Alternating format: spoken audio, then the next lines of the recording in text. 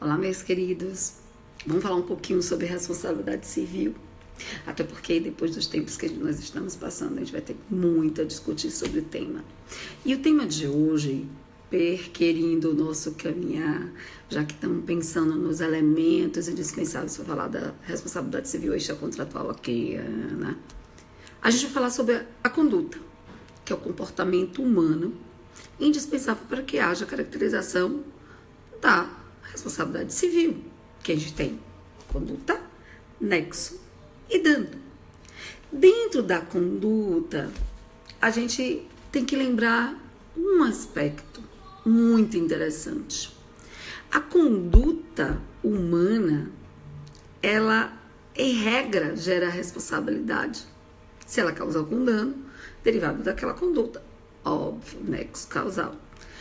Agora, a gente sabe que, muito embora hoje no nosso Código Civil, no nosso ordenamento, nós temos várias hipóteses de responsabilidade objetiva independente da culpa, a responsabilidade subjetiva ainda continua a ser a regra.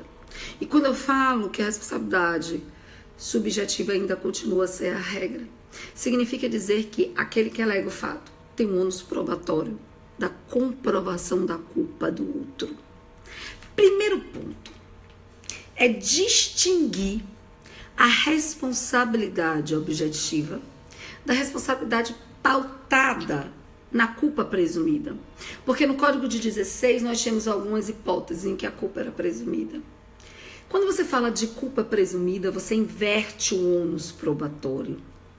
Ainda é necessário para que haja responsabilidade a culpa, muito embora a gente não use mais a necessidade de que aquele que está alegando o fato tenha que provar a culpa do outro.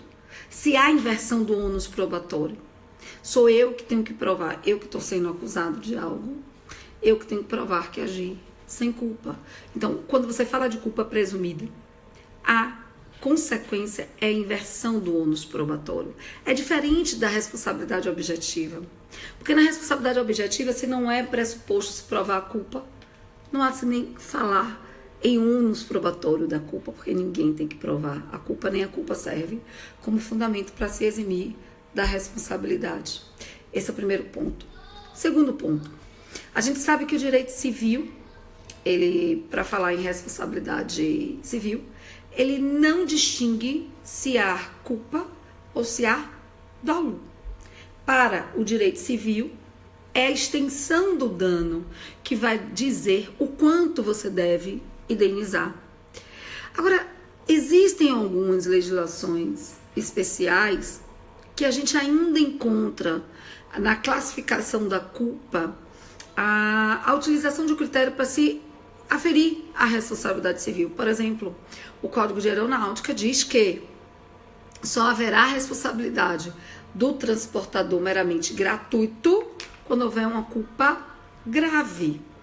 Lembra que lá em penal a gente aprende culpa leve, culpa grave, culpa gravíssima. A culpa leve só não atuaria naquela coisa, é a culpa do homem comum.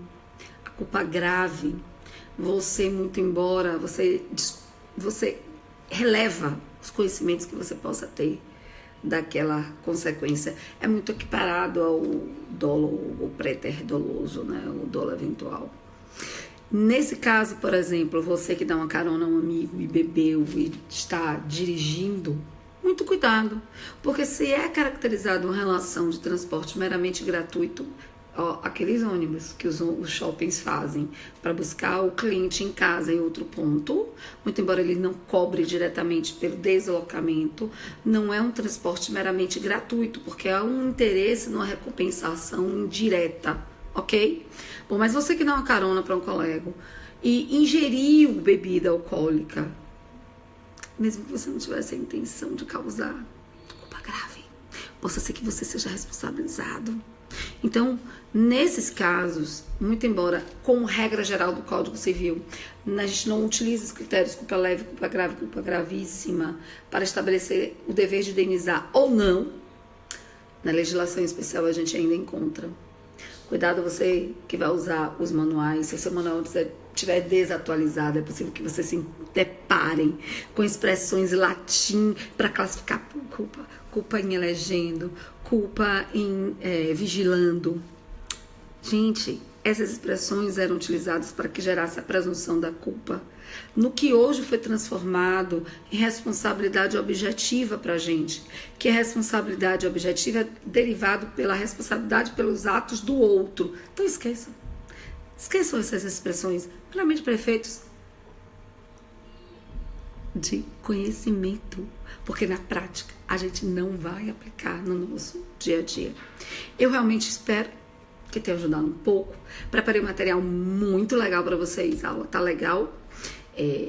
Dê uma olhada e qualquer dúvida a gente pode, através dos nossos canais de comunicações, tá à disposição para tirar dúvidas. E mais, acompanhe as próximas aulas. Assuntos interessantes ainda estão por vir. Até a próxima.